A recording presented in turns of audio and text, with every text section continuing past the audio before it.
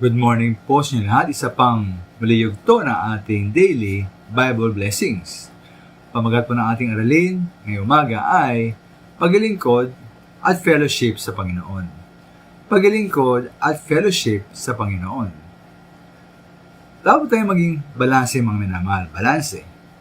Kahit sa aspetong pisikal, halimbawa, dapat tayong kumain at uminom, ngunit dapat din tayong mag-ehersisyo. Dapat tayong magtrabaho, magsikap na kumita, ngunit dapat tayong magpahinga din at matulog ng wastong dami ng oras. Meron pong 6 na araw para tayo gumawa, ngunit may isang araw dapat na pagkakataon upang tayo tumigil at sumamba sa ating Diyos.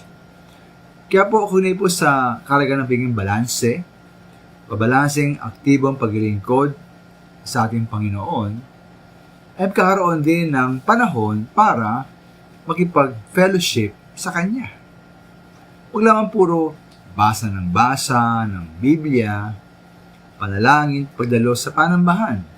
Dapat din tayong humayo at mangaral ebanghelyo at magmalasakit at tumulong sa mga nangailangan. Ngunit huwag din naman natin pabayaan kayalimutan dahil sa ating biging abala at busy sa paglilingkod, mga gawain, ang pag-aaral ng salita ng Diyos. Taimtim na panalangin, pag-iisa sa panambahan. Mahalaga po ay may balanse.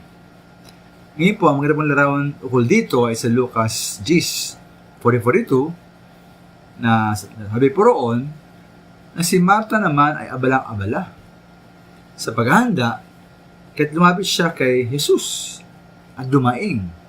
Panginoon, baliwala po ba sa inyo na pinabayaan ako ng kapatid kong maghanda ng nag-iisa? Sabihan nga po ninyo siyang, tulungan naman ako.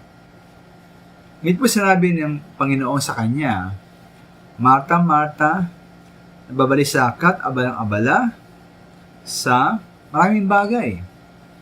Ngunit isa lamang ang talagang kailangan. Mas mabuti ang pinili ni Maria at ito'y hindi alisin sa Kanya. Kaya mahalaga po maglingkod sa Panginoon, tulad ni Marta, pero mahalaga yung magkaroon ng fellowship sa ating Panginoon, na makinig po sa Kanyang turo. Kaya maminamahal sa atin, mahalaga ang maglingkod sa Panginoon. May atin pong pahalagahan ang ating pakikinig at pag-aaral na Kanyang salita.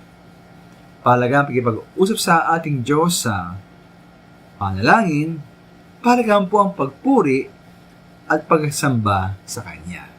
Dapat po ay mayroong balanse. Maraming salamat po.